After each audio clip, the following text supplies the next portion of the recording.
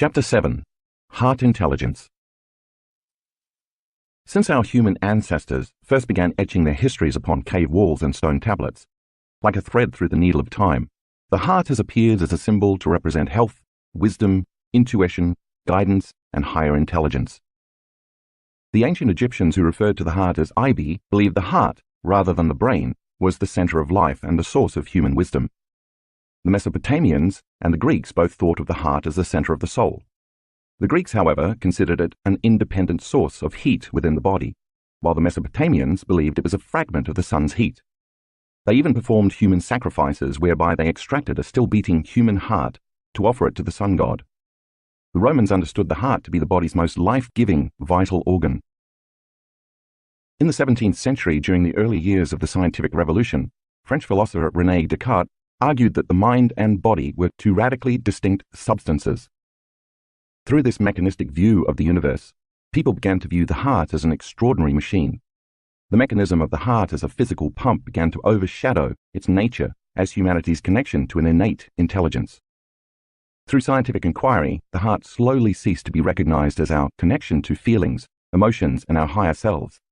It has only been through the new science of the last few decades that we've begun to reconcile, understand, and recognize the true significance of the heart as a source that generates electromagnetic fields and as our connection to the unified field. We know that the heart, beyond its obvious role in sustaining life, is not simply a muscular pump that moves blood throughout our body, but an organ capable of influencing feelings and emotions. The heart is a sensory organ that guides our decision-making ability, as well as our understanding of ourselves and our place in the world. It's a symbol that transcends time, place, and culture.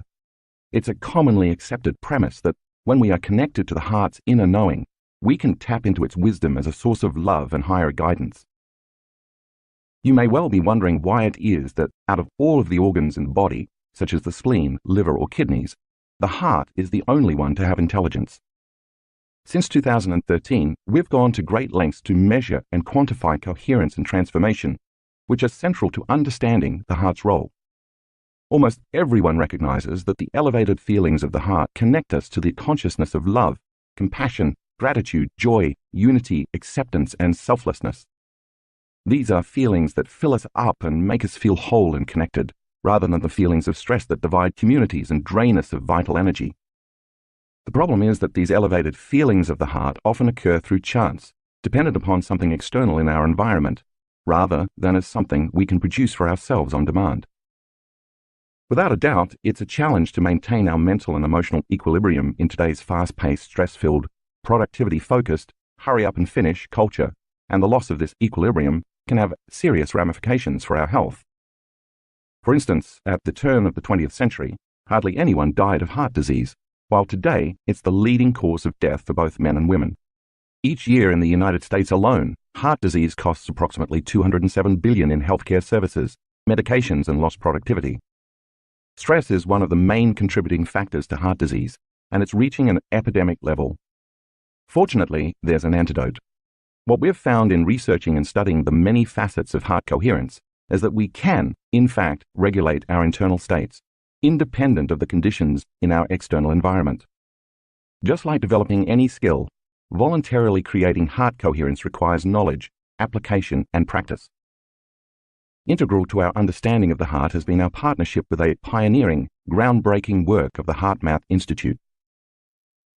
HMI is a non-profit research and education organization that works to better understand heart-brain coherence. Since 1991, HMI has researched and developed reliable, scientifically based tools to help people bridge the connection between their hearts and minds, as well as deepen their connection with the hearts of others.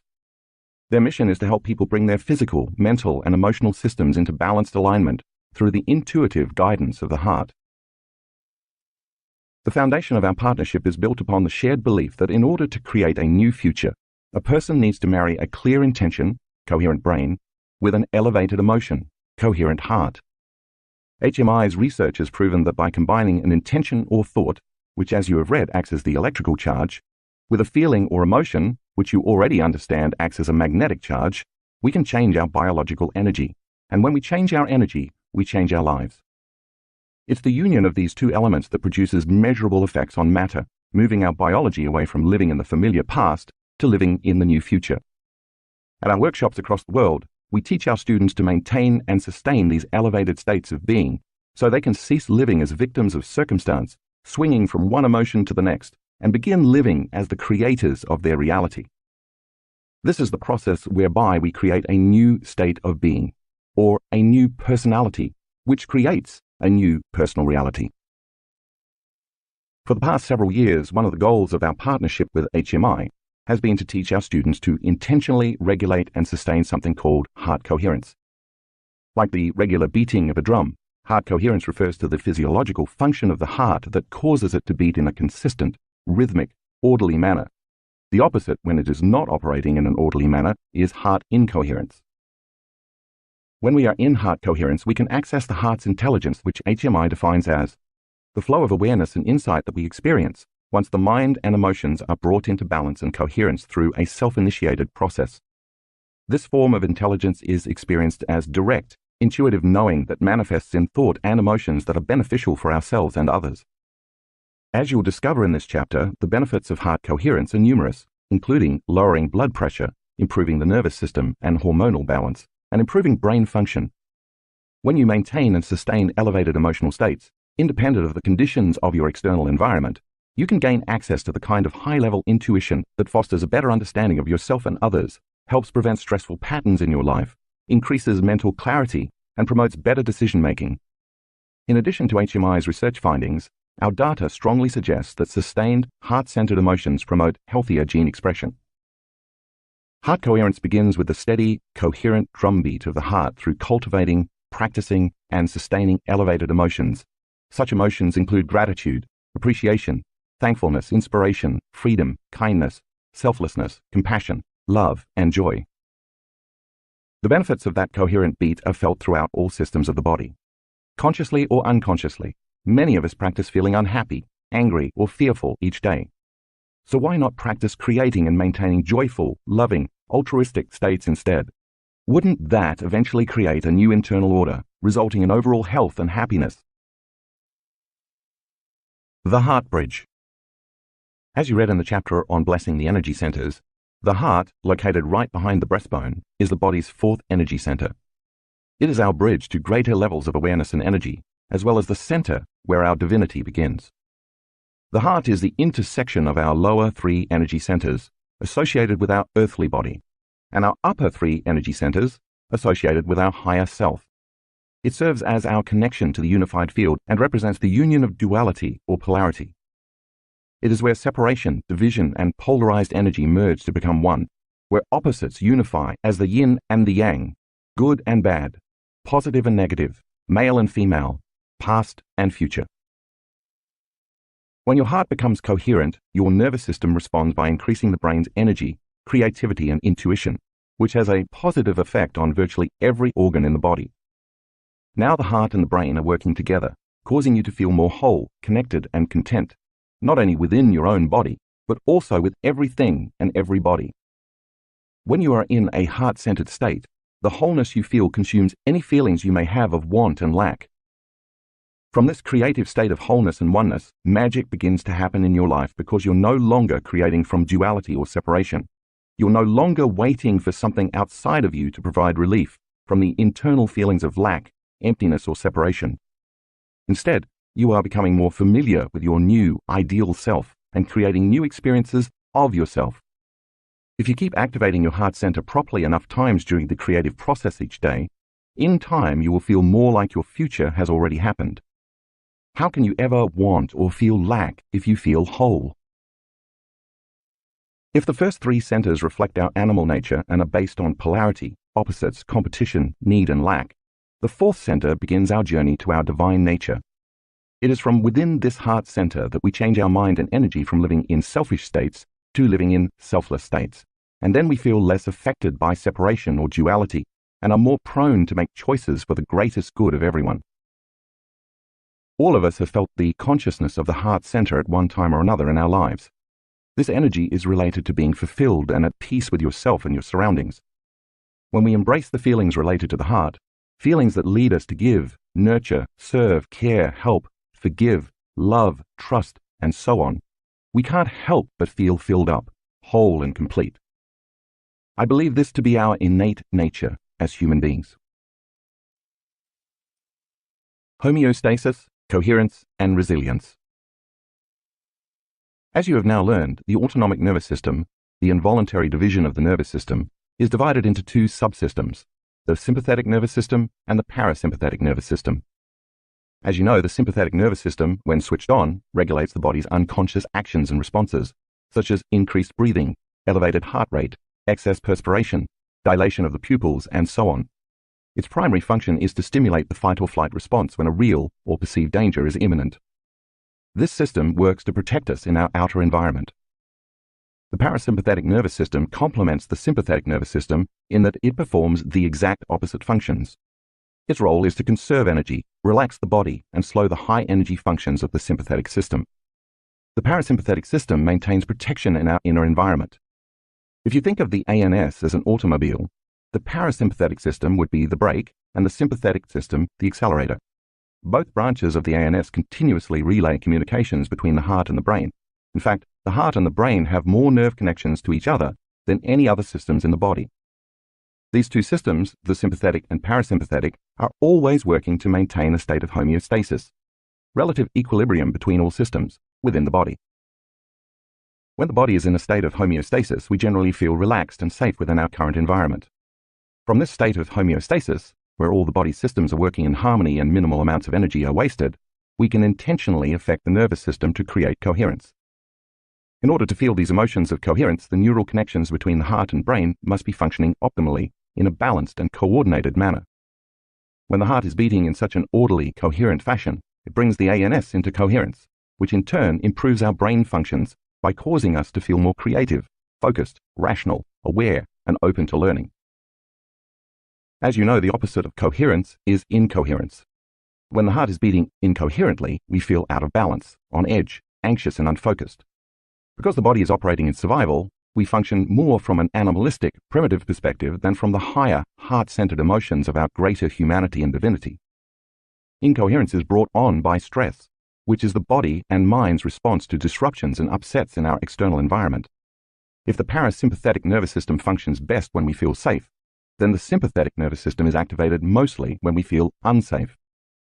The stress we experience when we feel unsafe is not necessarily about the event itself, but the result of unmanaged emotional reactions to the event.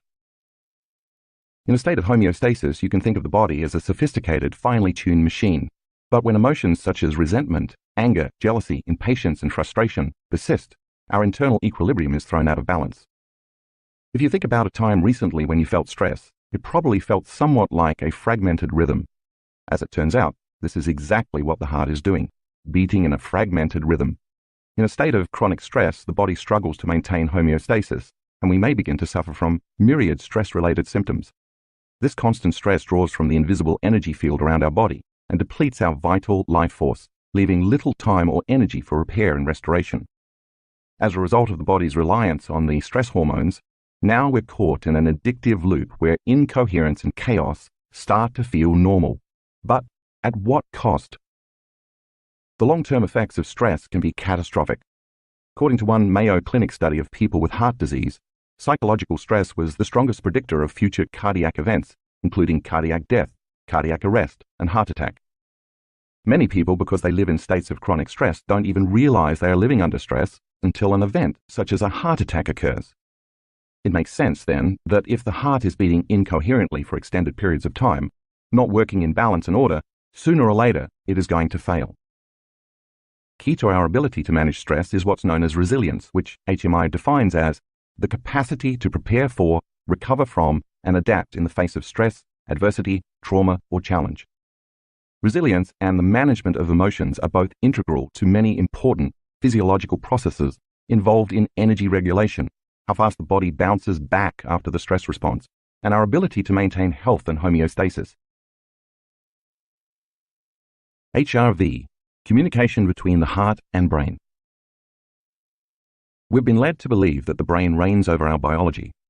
While this is partly true, the heart is an autorhythmic organ, which means the heartbeat is self-initiated from within the heart, not from the brain.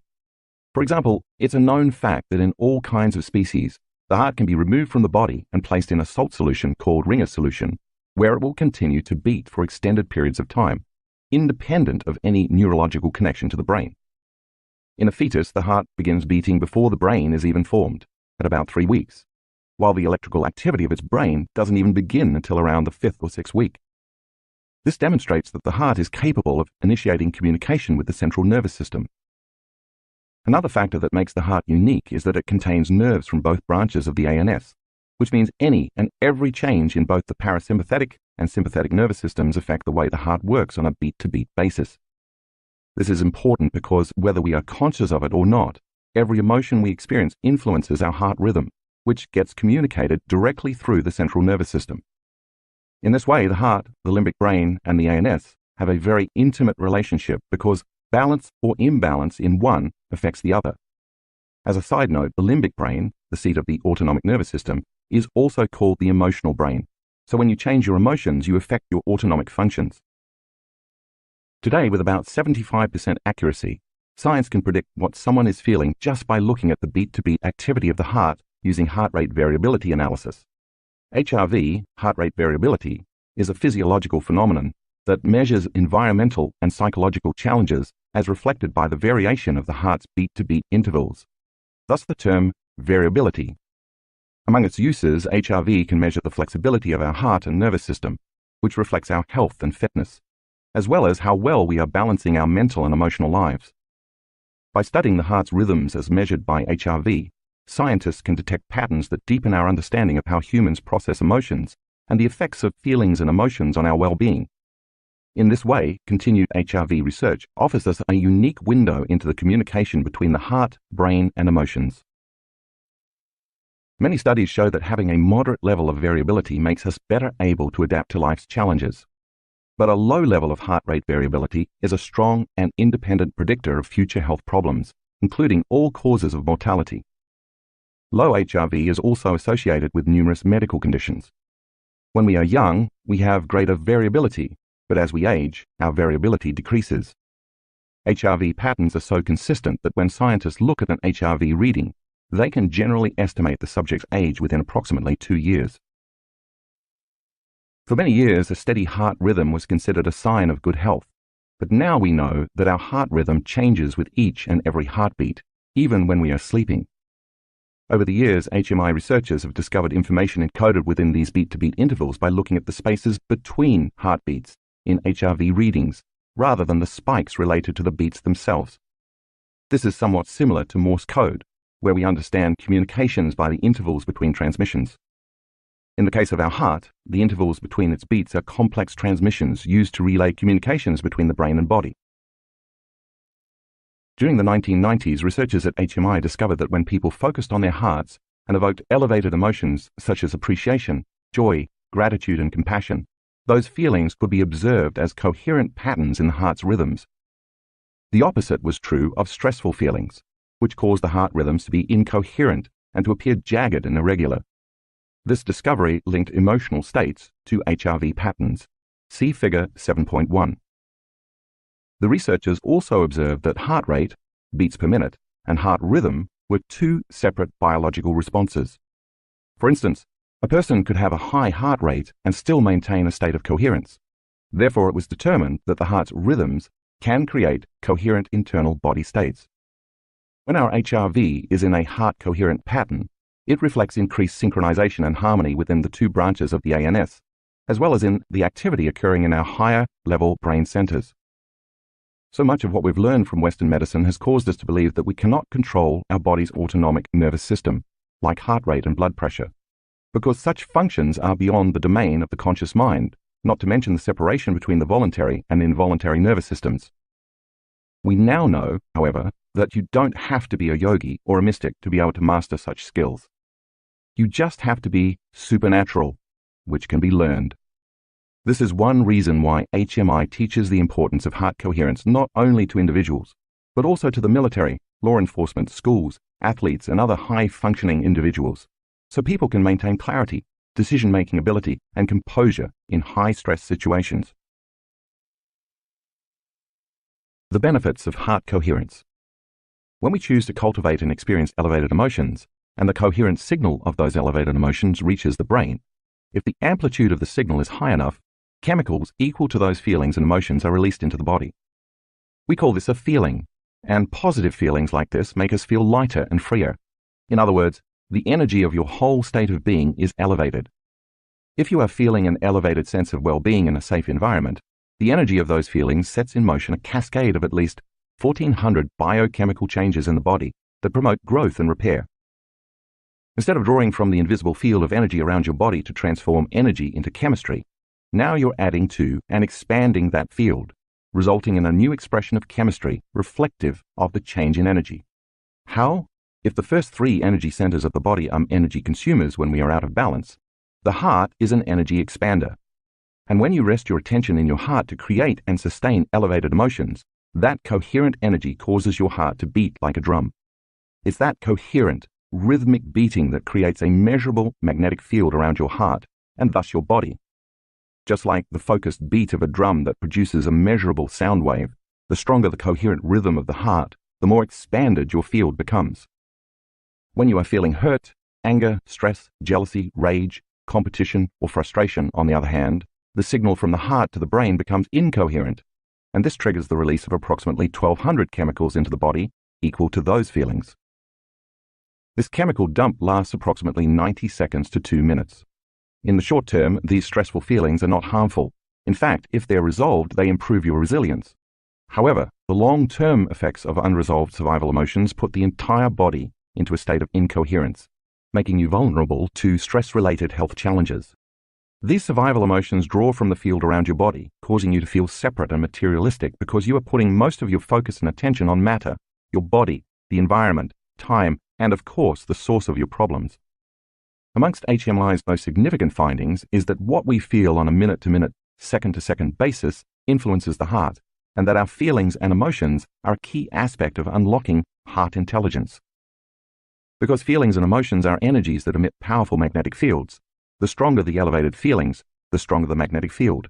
In fact, the heart produces the strongest magnetic field in the body, 5,000 times greater in strength than the field produced by the brain. Place your finger on your wrist and feel your pulse. That pulse is a wave of energy called the blood pressure wave, and it travels through your entire body, influencing everything, including brain function. Not only does the heart's magnetic pulse reverberate through every cell of the body, but it also produces a field around your body that can be measured up to 8 to 10 feet away using a sensitive detector called a magnetometer. When you activate the heart by calling up elevated emotions, you are not only broadcasting that energy to every cell, you are also radiating those feelings out into space. This is where the heart moves beyond biology and into physics. Using electroencephalograms, scientists at the HMI laboratory discovered that when the heart goes into coherence, the brain waves entrain with the heart's rhythm at a frequency of 0.10 Hz, and also that the synchronization between heart and brain is increased when the subject is in a heart coherent state. The coherent frequency of 0.10 Hz has been shown to be a state of optimum performance associated with increased access to our deeper intuition and internal guidance. Once the analytical mind is out of the way, the individual can move down the ladder of consciousness from alpha to theta to delta brainwaves, the state in which restorative functions in the body take place.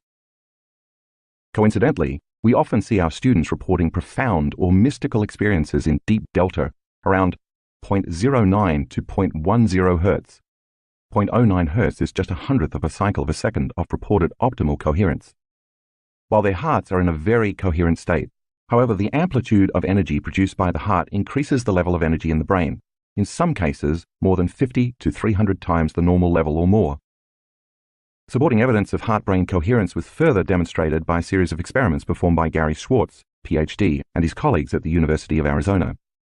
In their experiments, they found inexplicable communications between the heart and the brain that made no sense via neurological or other established communication pathways. This discovery established the fact that energetic interactions between the heart and the brain exist through electromagnetic fields.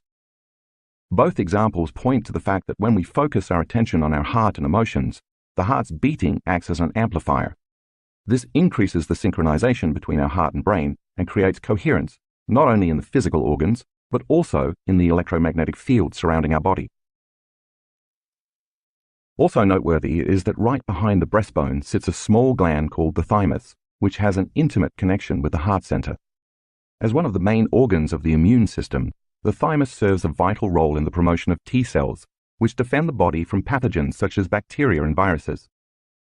The thymus gland functions optimally up to the onset of puberty, but it begins to shrink as we get older because of natural decreases in the production of human growth hormone. As with many vital organs, the thymus is also prone to the negative effects of long-term stress.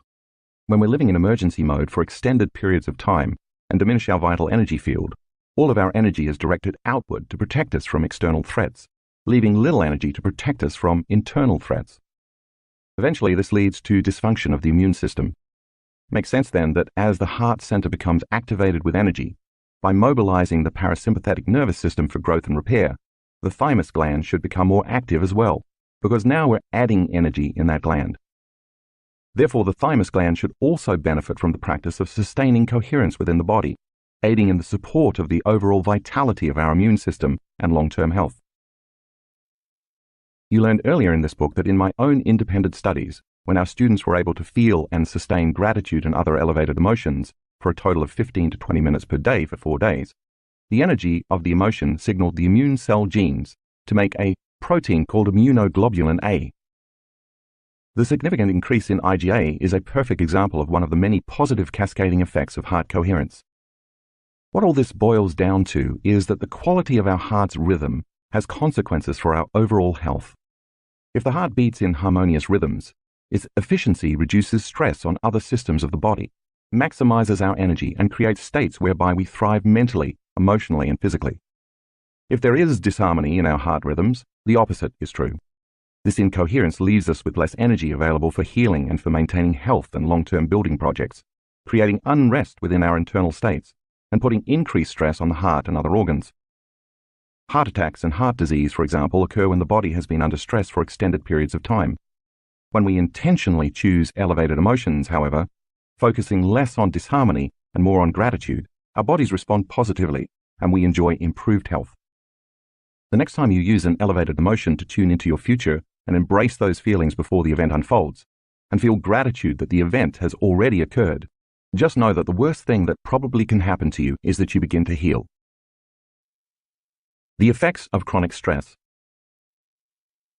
When we live in a constant state of stress, our heart center becomes incoherent, and this stifles our ability to create. In response to chaotic heart rhythms, the brain becomes very disintegrated and incoherent, and that incoherence is reflected in the two branches of the ANS. If the parasympathetic system is the brake and the sympathetic system is the accelerator, when they are working in opposition, your body is receiving a message akin to stepping on the gas while your foot is on the brake. It doesn't take a significant amount of automotive knowledge to understand the ramifications of these opposing forces. We wear out the brakes and we put stress on the drivetrain, while the resistance wastes energy and reduces fuel efficiency. Eventually, this habituation of stress wears down the body so much that it eliminates our ability to repair and maintain health, depleting our vitality and resilience. If resilience is based on efficient energy management, you may feel completely drained, out of sorts, and perhaps sick while under the influence of chronic stress. The more addicted we become to these states of stress, the less likely we are to open our hearts, go within, and consciously create heart coherence. An experience I had at my home in a rural area of Washington State serves as a good example. One November evening, I came home from work, parked my car as I always did, and began walking down the 40-yard path to my house. It was pitch black. About 30 yards from my front door, off to my right, I heard an ominous growl coming from behind some very large rocks. Immediately, I narrowed my focus on matter, something, and found myself thinking, what could be lurking in the darkness? I began searching in my mind and then my environment for knowns from my past memory bank in order to predict my future. Could it be one of my dogs? I wondered. I started calling out their names, but there was no response. As I took a few more steps, the growling became louder. Without my having to think about mobilizing the energy in my body, the hair on the back of my neck stood up, my heart rate and respiratory rate increased, and my senses became heightened in preparation for fight or flight. I took out my cell phone and turned on the flashlight to narrow my focus on the possible threat, but I still couldn't see what was making the noise. From the darkness, the growling continued. I slowly backed up and finally fled to my barn, where my ranch hands were putting away the horses for the night. We grabbed our guns and flashlights and returned to the scene just in time to see a cougar and her cub scurrying away through the bushes. You can probably gather from this story that a highly stressful situation like this is not the time to open your heart or trust in the unknown. It's not a time to take your attention off things in your outer material world to focus on a new possibility in your mind. It's a time to run, hide, or fight. But if you are perpetually hooked into the fight or flight state, even if there is no cougar in the bushes, you will be less likely to want to close your eyes and go within because you have to keep your attention on the perceived threat outside of you. No new information can enter your nervous system that is not equal to or relevant to the emotions you are experiencing, so you can't program your body for a new destiny. So it makes sense that the more you live addicted to the stress hormones in your normal life, the less likely you are to want to create, meditate, or open your heart and be vulnerable. The heart-brain. In 1991, the pioneering work of J. Andrew Armour, MD, PhD, showed that the heart literally has a mind of its own. With as many as 40,000 neurons, the heart has a nervous system that functions independently of the brain. The technical term coined for this system is the intrinsic cardiac nervous system, more commonly known as the heart-brain. This discovery was so monumental that it led to a new field of science called neurocardiology. The heart and the brain are connected by efferent, descending, and afferent, ascending pathways. However, 90% of the connecting nerve fibers ascend from the heart up to the brain. Armour uncovered that these direct, afferent neural pathways continuously send signals and information that interacts with and modifies activity in the brain's higher cognitive and emotional centers. These signals from the heart to the brain connect through the vagus nerve and continue straight to the thalamus, which synchronizes cortical activity such as thinking, perceiving, and understanding language, then to the frontal lobes, responsible for motor functions and problem solving, and onto the brain's survival center, the amygdala, which signals emotional memory. The core cells of the amygdala even synchronize to the heart's beating. See figure 7.2. This means that if your heart center is open, it's keeping your brain's survival centers in check. It's possible then that the more heart-centered you are, the less likely you will react to stresses in your life. The reverse is also true. The less energy you have in your heart center, the more likely you will be living in survival mode. This tells us that our feelings and heart rhythms affect what emotional memories and responses transpire in us. So stress and anxiety can trigger brainwave patterns to match an anxiety habit of the past. Conversely, just like a computer that matches patterns, elevated emotions of the heart can produce coherence in brainwave patterns.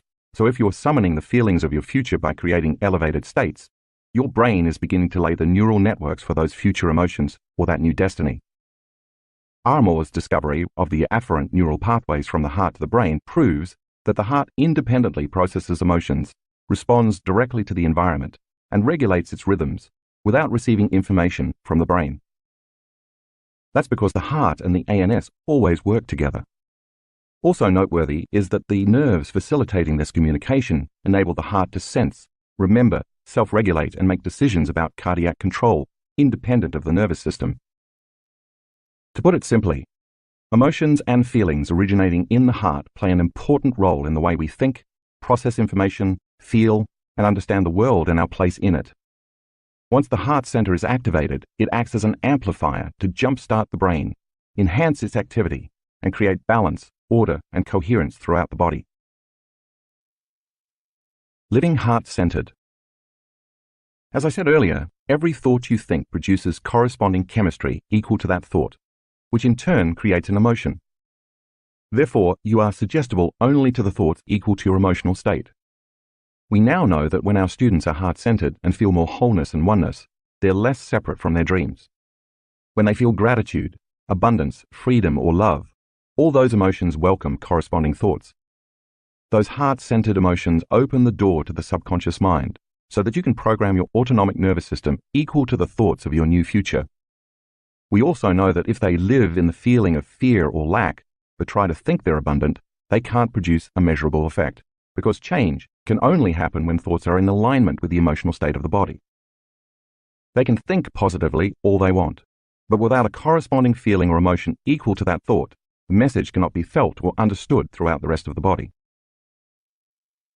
So you could repeat the affirmation, "I am fearless," until you're blue in the face. But if it's fear you're actually feeling, the thought, "I am fearless," never makes it past the brainstem, which means you're not signaling the body and ANS into a new specific destiny. The feeling is what produces the emotional charge, energy, to stimulate your ANS into a different destiny.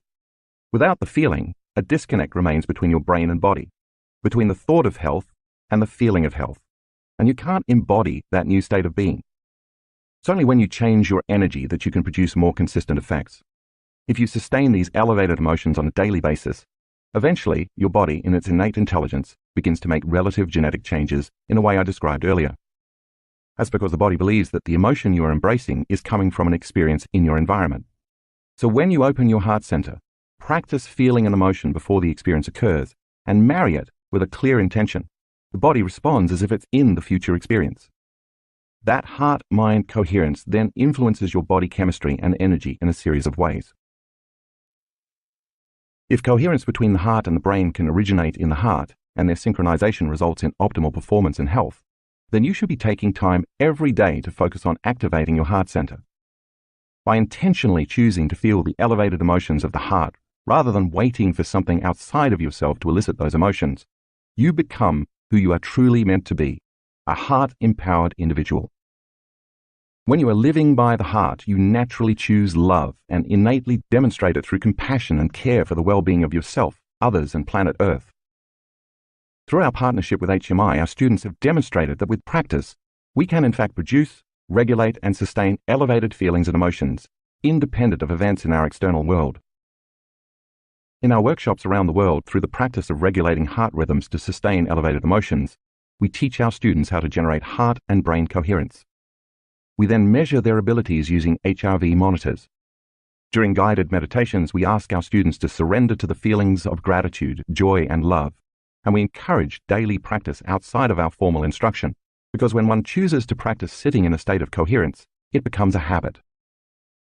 I hope that with enough practice, our students can replace old mental scripts of feeling unworthy, fearful, or insecure with more elevated states of being and fall deeply in love with their lives. We've seen enough of them demonstrate that it is indeed possible to produce positive, measurable, tangible effects in their lives simply by shifting the paradigm of their thoughts and feelings. These dedicated individuals return to their homes where the positive effects they've produced in their own lives ripple out to positively affect their families and communities, continuously expanding their vibrational influence of harmony and coherence throughout the world. By repeatedly practicing the regulation of heightened emotional states, in time the constant feeling of elevated emotions creates a new emotional baseline. This baseline then begins to continuously influence a new set of thoughts equal to the heightened feelings. The summation of those novel thoughts creates a new level of mind, which then produces more corresponding emotions equal to those thoughts, further sustaining that baseline. When this feedback loop between the heart, body, and mind-brain occurs, you are in an entirely new state of being, the consciousness of the unlimited mind and the energy of profound love and gratitude. The repetition of this process is what it means to recondition your body, rewire your brain, and reconfigure your biology equal to your new state of being. Now you are naturally, automatically, and regularly broadcasting a different electromagnetic signature of energy into the field. This is who you are, or who you have become. Countless history books could be written through the lens of incoherent emotions. Whether the result is a Shakespearean tragedy, genocide, or a world war, survival emotions such as blame, hate, rage, competition, and retribution have resulted in an endless, unnecessary trail of pain, suffering, oppression, and death. The results have caused humans to live in opposition and conflict rather than in peace and harmony. This is a time in history when we can break that cycle. This is a pivotal moment in the story of humanity where ancient wisdom and modern science are intersecting to provide us with the technology and scientific understanding to learn not only how to more efficiently and effectively manage our emotions, but also what that means for our health, relationships, energy levels, and personal and collective evolution. It doesn't require moving mountains, only changing our internal state of being. This allows us to alter the way we act with one another, replacing stressful situations with positive experiences that give us energy, fill our spirit, and leave us with a sense of wholeness, connection, and unity. The brain may think, but when you turn your heart into an instrument of perception, it knows. Examples from our workshops. To see an example of how heart coherence creates brain coherence, take a look at graphics 8A and 8B in the color insert. The first image shows relatively low normal beta brainwave patterns before the person begins to create heart coherence. The second image shows a significant change once the person moves into sustained heart coherence, just a few seconds later. That's because the heart acts as an amplifier to influence the brain to create very coherent, synchronized alpha brainwaves. In figures 7.3a and 7.3b, you will see an HRV analysis from one of our students taken at an advanced workshop. She's having a pretty amazing day. The first chart in figure 7.3a represents 2 meditations, one in the morning and one right before lunch, and each block represents 5 minutes of elapsed time. Where you see the first grey arrow on the top of the scan pointing down to the right is when she went into and sustained heart coherence. During our 7 a.m. meditation, she maintained this state for more than 50 minutes, until you see the second arrow pointing down to the left. At the bottom of the scan, where you can see the second grey arrow pointing down to the right, is when she again went into heart coherence for 38 minutes, during meditation just before lunch, ending with the second grey arrow pointing down to the left. You can see she is developing the skill. Now look at figure 7.3b. In the next meditation, later that afternoon, if you glance between the 2 grey arrows at the top of the figure, you can see that she goes into heart coherence again for almost 45 minutes. What makes this reading so fascinating, however, is what happens later that evening around 8 p.m. See the second set of grey arrows pointing inward. Since there was no meditation taking place at the time, we asked her later what she had experienced. Her heart went into super coherence for more than an hour while she was in her normal level of wakefulness. She told us she'd been getting ready for bed when suddenly she felt an overwhelming feeling of love. It was so strong that she had to lie down and surrender to it. Her heart spontaneously went into heart coherence, and for an hour and 10 minutes, while she lay on her bed, she fell deeply in love with her life. She sustained a change in her ANS. Where you see the last arrow is where she said she rolled over on her side and fell asleep. Not a bad way to end a day, wouldn't you agree? So ponder this. You know how easy it is to think a fearful, anxious thought about a future event that hasn't happened, and in your mind emotionally embrace this fictional outcome over and over. And you know how the more energy you feed the thought, the more you ruminate over other possible outcomes, and eventually those thoughts deliver you to a worst-case scenario. It's the emotions that are driving those thoughts. You've conditioned your body to be the mind in fear and anxiety. If this continues over a long period of time, your body may have a panic attack, an autonomic, spontaneous bodily function that your conscious mind can't control. But what if, instead of conditioning the body to the mind of fear and anxiety, you experienced sustained elevated emotions and conditioned your body to the mind of love and coherence? Instead of being afraid and dreading that a panic attack is going to happen again, you'd get excited and look forward to the prospect of having an autonomic love attack. Figure 7.4 shows 3 more examples of students who are able to sustain heart coherence for extended periods of time. If you look closely, you'll see their hearts are all responding to a consistent state of elevated emotions for at least 45 minutes. That is, their bodies are responding to a new mind. I'd say that's pretty supernatural. Figures 7.5a and 7.5b demonstrate 2 examples of people with very poor heart rate variability, noted with 2 sets of black arrows pointing upward, in the natural waking state. Take a look at the changes in heart rate variability when they practice heart coherence, shown in the area between the grey arrows pointing inward. Even if it's only for 8 to 15 minutes, these students are changing their biology. Heart coherence meditation. This meditation is based on the heart lock-in technique developed by HMI. Close your eyes. Allow your body to relax and bring your attention to your heart. Start breathing in and out from the heart center and continue to do this more slowly and deeply. When your mind wanders, keep returning your attention and awareness to your chest, your heart, and your breath. Next, while you rest your attention in your 4th center, bring up some elevated emotions while continuing to breathe in and out of your heart center. Once you feel these heartfelt emotions in your chest area, send that energy out beyond your body and marry it with your intention. Continue to broadcast that energy and intention all around you. Start with 10 minutes and try to extend the time you practice every day. Eventually, when you come to know what it feels like in your body to experience these elevated emotions, you can practice throughout your day with your eyes open.